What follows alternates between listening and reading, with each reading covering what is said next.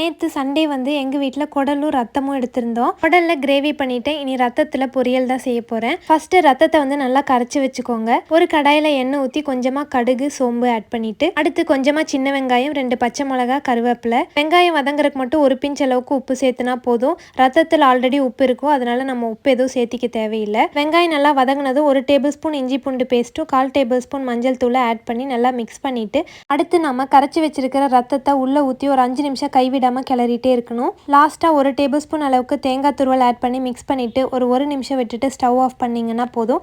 சூப்பரான ரத்த பொரியல் ரெடி ஆயிரும். நீங்களும் ட்ரை பண்ணி பார்த்துட்டு எப்படி இருந்ததுன்னு மறக்காமல் கமெண்ட்டில் ஷேர் பண்ணுங்கள்.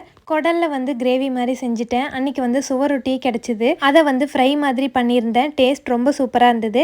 நெக்ஸ்ட் வீக் கிடச்சிதுன்னா கண்டிப்பாக அதோட ரெசிபி ஷேர் பண்ணுறேன். சூடாக சாப்பாடு வச்சு எல்லாருமே உட்காந்து சாப்பிட்டோம். ஈவினிங்க்கு மேலே ஜித்துக்குட்டியை கூட்டிகிட்டு வெளியில் போயிருந்தோம். அதை நெக்ஸ்ட் மினி விலாகில் ஷேர் பண்ணியிருக்கேன்.